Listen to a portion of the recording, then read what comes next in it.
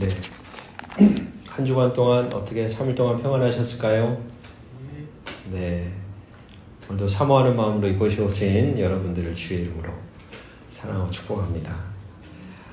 지난주 우리는 먼지 같은 인생 안으로 들어오시는 하나님을 만났죠. 재와 같은 인생. 근데 그런 우리 인생 한복판에 텐트를 치고 들어오신 성막의 하나님, 그 임마누엘의 하나님을 우리는 함께 나누었습니다. 이제 성막 위로 구름 기둥이 떠오릅니다. 하나님은 이스라엘 백성을 이끌고 시내 산을 떠나 가나안을 향해 출발합니다.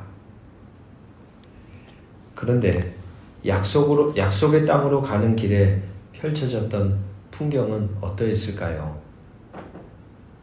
푸른 초장, 쉴만한 물가가 아니었습니다.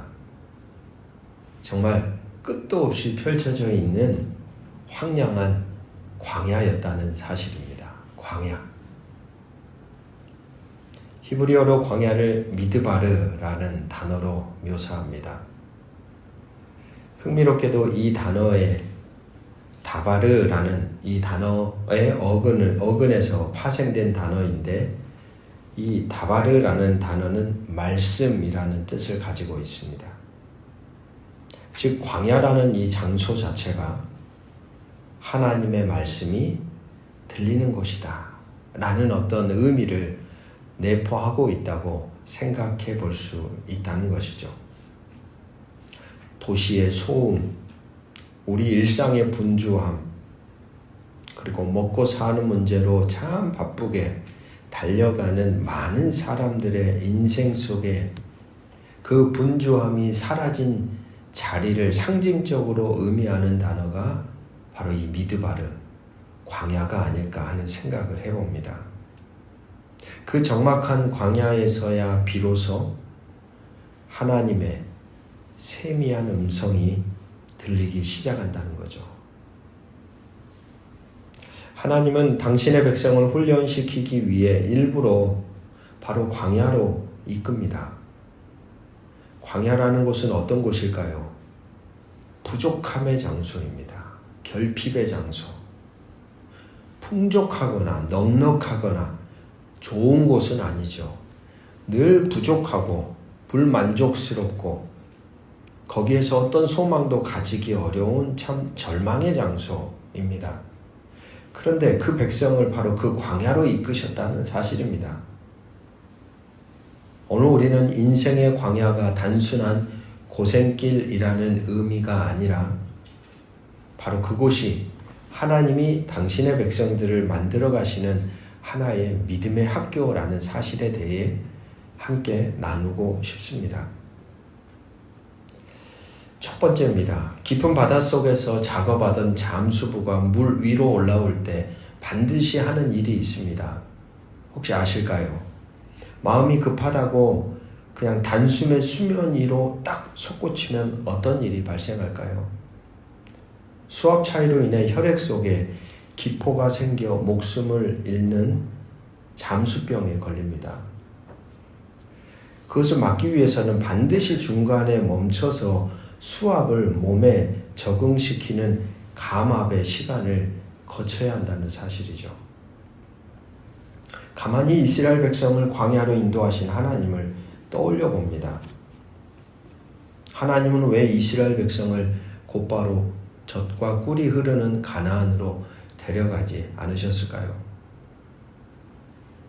그들이 400년 동안 짓눌려 있었던 애굽의 노예, 바로 애굽의 노예된 상태에서의 그 수압을 조금씩 빼내야 했다는 것입니다. 탐욕, 억압, 그리고 굴림, 힘을 가진 자만이 사는 삶의 방식. 애굽의 방식이 바로 그런 방식이죠. 그래서 애굽을 상징하는 건물을 하나 딱 떠올리자면 여러분 뭐가 떠오르신가요? 이집트 피라미드입니다. 가장 위에 있는 사람들만 최고의 권력, 힘, 명예를 가지는 어떤 세상의 방식의 전형적인 모습이죠. 그러니까 애굽에서 400년을 살았다는 것은 그들의 의식 속에는 세상의 방식으로 살아가려고 하는 DNA가 뼛속 깊이 흐르고 있었다라는 사실입니다. 탐욕과 억압의 방식에 익숙해진 채로 그런 의식과 그런 마음과 그런 삶의 방식으로 하나님이 허락하신 자유로운 땅에 들어가게 되면 좀 전에 말씀드린 것처럼 영적인 잠수병에 걸려 결국 죽는다는 것이죠. 광야는 세속의 압력을 빼내는 자리입니다. 광야는 하나님 나라 백성으로 호흡을 맞추는 거룩한 자리라는 것입니다. 신명기 8장 2절은 이 과정을 이렇게 설명합니다. 너를 낮추시며 너를 시험하사 내 마음이 어떠한지 알려 하심이라. 광야는 철저한 빼기의 장소입니다. 빼는 거. 르네상스의 거장 미켈란젤로에게 누군가 물었습니다. 어떻게 그 거대한 대리석 덩어리 안에서 그토록 아름다운 다윗의 상을 당신은 조각해낼 수 있었습니까? 그가 이렇게 대답합니다. 간단합니다. 다비드가 아닌 것을 다 깎아냈을 뿐입니다. 그렇습니다. 하나님은 지금 광야라는 작업실에서 우리를 조각하고 계십니다. 내 안에 있는 교만, 내 안에 있는 욕망, 내 안에 애굽을 바로 정으로 깎아내고 계시는 겁니다. 혹시 우리의 삶에서 건강을 잃었거나 재정이 마르는 고독한 광야에 계십니까? 또는 관계의 단절 속에서 외로움과 고독함 속에 머물러 계시는 분들이 계십니까? 낙심하지 마십시오. 하나님이 여러분을 버리신 것이 아닙니다. 우리 안에 숨겨진 하나님의 형상을 빚어내기 위해서 다비드가 아닌 것을 깎아내시는 위대한 작업이 바로 진행되고 있는 상태인 것을 우리는 기억해야 하겠습니다. 두 번째입니다. 광야 학교의 필수 과목은 무엇이었을까요? 그 광야 40년을 사는데 가장 중요한 게 여러분 뭔가요? 어디를 가면 반드시 먹는 겁니다. 먹어야 살 수 있죠. 광야 학교의 필수 과목은 뭐냐면 먹는 훈련입니다. 이 말을 다른 걸로 표현해 보자면 생존 훈련이죠. 과연 무엇으로 살 수 있는가? 가져온 식량이 다 떨어졌을 때 하나님은 하늘에서 무엇을 주십니까? 우리가 아는 것처럼 만나를 비처럼 내려주십니다. 그런데 이 만나에 독특한 규칙이 있었습니다. 매일 아침 그날 먹을 만큼만 거두어라는 거예요. 내일, 모레, 일주일치 다 쟁겨가지고 창고에 넣어놓으면 소용이 있다 없다? 없습니다. 딱 하루치. 이게 바로 하나님 나라 백성들의 생존의 방식이었다는 겁니다. 단순히 먹이고 말고의 문제가 아닙니다. 매일매일 하나님이 공급하신다는 겁니다. 그런데 사람은 어떤 존재인가요? 톨스토이의 단편소설 사람에겐 얼마만큼의 땅이 필요한가라는 책이 있습니다. 우리 딸과 함께 도서관 갔다가 우연찮게 그 책을 이렇게 읽을 기회가 있어서 봤는데 거기 보면 주인공 파홈이라는 사람이 등장합니다. 한 추장이 그에게 그런 말을 하죠. 해가 질 때까지 걸어서 돌아온 땅을 모두 당신에게 주겠습니다. 해가 질 때까지. 그러니까 이 사람이 그 말을 듣고 어떻게 했을까요? 열심히 뛰어다닙니다. 자기 땅을 크게 가지려고 하루 종일 뛰어다녀요. 떼앗볕 아래서 물 한 모금도 마시지 않고 막 미친 듯이. 미쳤다는 말이 맞을 겁니다. 그 땅덩어리를 거머쥐기 위한 그 욕망에 붙들려서 한없이 달려다녀요. 결국 해질 무렵에 출발선에 간신히 도착합니다. 그런데 심장이 터져 죽고 맙니다. 그 촌장, 그의 시신을 묻어주며 내린 결론이 이것이었습니다. 그에게 필요한 땅은 그가 묻힐 단 2m의 무덤뿐이었다. 참 인간의 어떤 욕망과 인간의 실존을 잘 보여주는 한편의 소설이었습니다. 이 주인공은 불안해서 이틀치, 3일치 만나를 몰래 숨겨두려 했던 이스라엘 백성들의 자화상과 같지요. 그리고 오늘 우리의 자화상과도 같습니다. 다음날 아침 그 만나는 썩어서 벌레가 생기고 악취가 났습니다. 여러분, 이 만나 훈련의 핵심은 무엇일까요? 이 핵심은 저축이 아니라 신뢰입니다. 신뢰. 애굽의 방식은 어떤 방식인가요? 창고에 썩을 양식을 쌓아두는 것이, 많이 쌓아두는 것이 뭐가 되죠? 능력이 되고 힘이 되고 권세가 됩니다. 하지만 광야의 방식은 다릅니다. 광야의 방식은 쌓아두면 소용이 없습니다. 광야의 방식은 오늘 주실 은혜를 믿고 같이 한번 우리 고백해 봅시다. 내일을 걱정하지 않는 것. 그렇습니다. 신뢰잖아요. 이게 신뢰. 저축이 아니라, 생존 방식이 저축이 아니라 하나님과의 관계에 뿌리를 두고 있는 겁니다. 신명기 8장 3절은 말합니다. 사람이 떡으로만 사는 것이 아니요 여호와의 입에서 나오는 모든 말씀으로 사는 줄을 내가 알게 하려 하심이라. 하나님은 우리에게 10년치 양식을 한꺼번에 주지 않으십니다. 왜일까요? 우리가 하나님을 떠나 양식만 붙들 것을 아시기 때문입니다.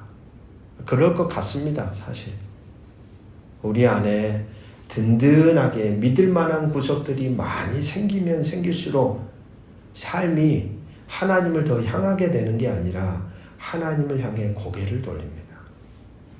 이기적이 됩니다. 자기중심적으로 굽어집니다. 그게 바로 사람의 실존입니다. 그걸 하나님은 아십니다. 그래서 만나를 통해서 우리에게 가르쳐 주는 겁니다. 하나님, 당신이 나의 양식입니다.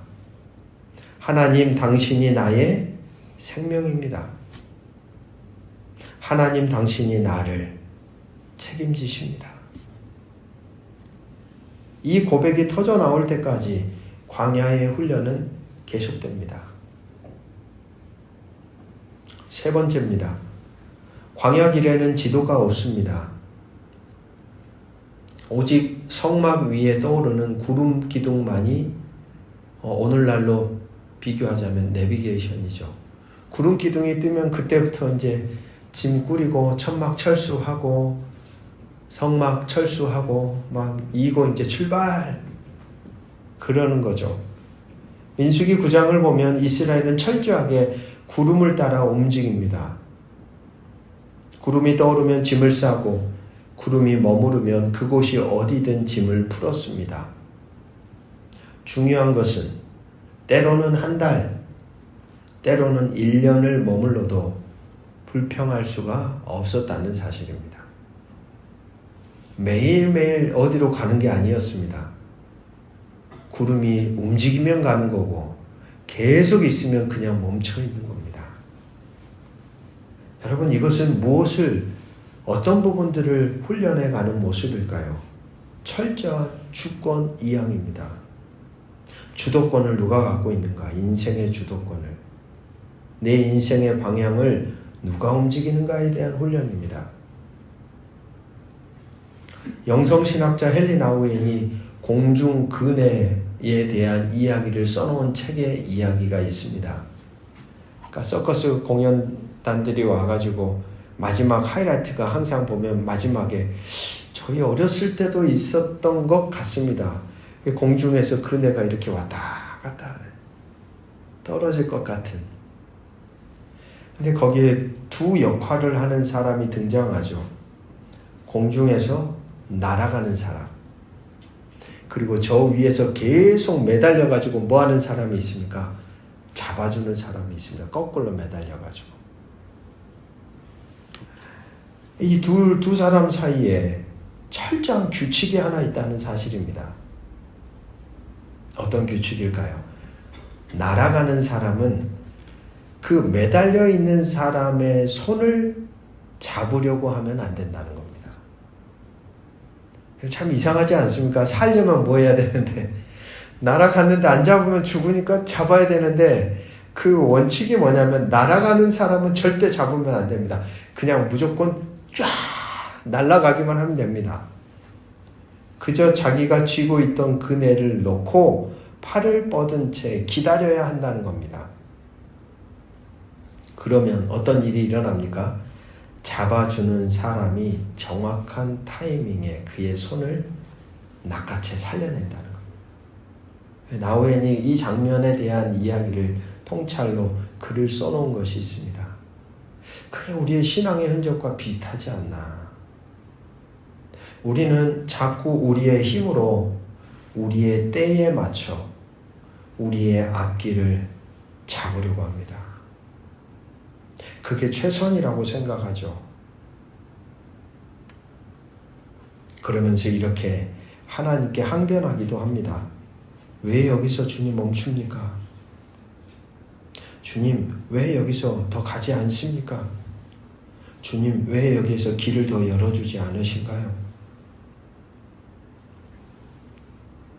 하지만 여러분, 구름 기둥을 따라간다는 것은 공중 그네를 타듯 우리의 계획을 내려놓고 주님이 움직이실 때까지 기다리는 겁니다. 기다리는 거. 이게 가장 힘든 일 아닌가요? 기다리는 거 어떠신가요? 그래서일까요? 김기성 목사님은 이런 말을 합니다. 기다림은 단순히 시간이 지나가기를 바라는 것이 아닙니다. 나의 뜻이 꺾이고 하나님의 뜻이 내 안에서 무르익기를 기다리는 가장 치열한 영적 활동이라고 말합니다. 그 말이 공감이 됩니다.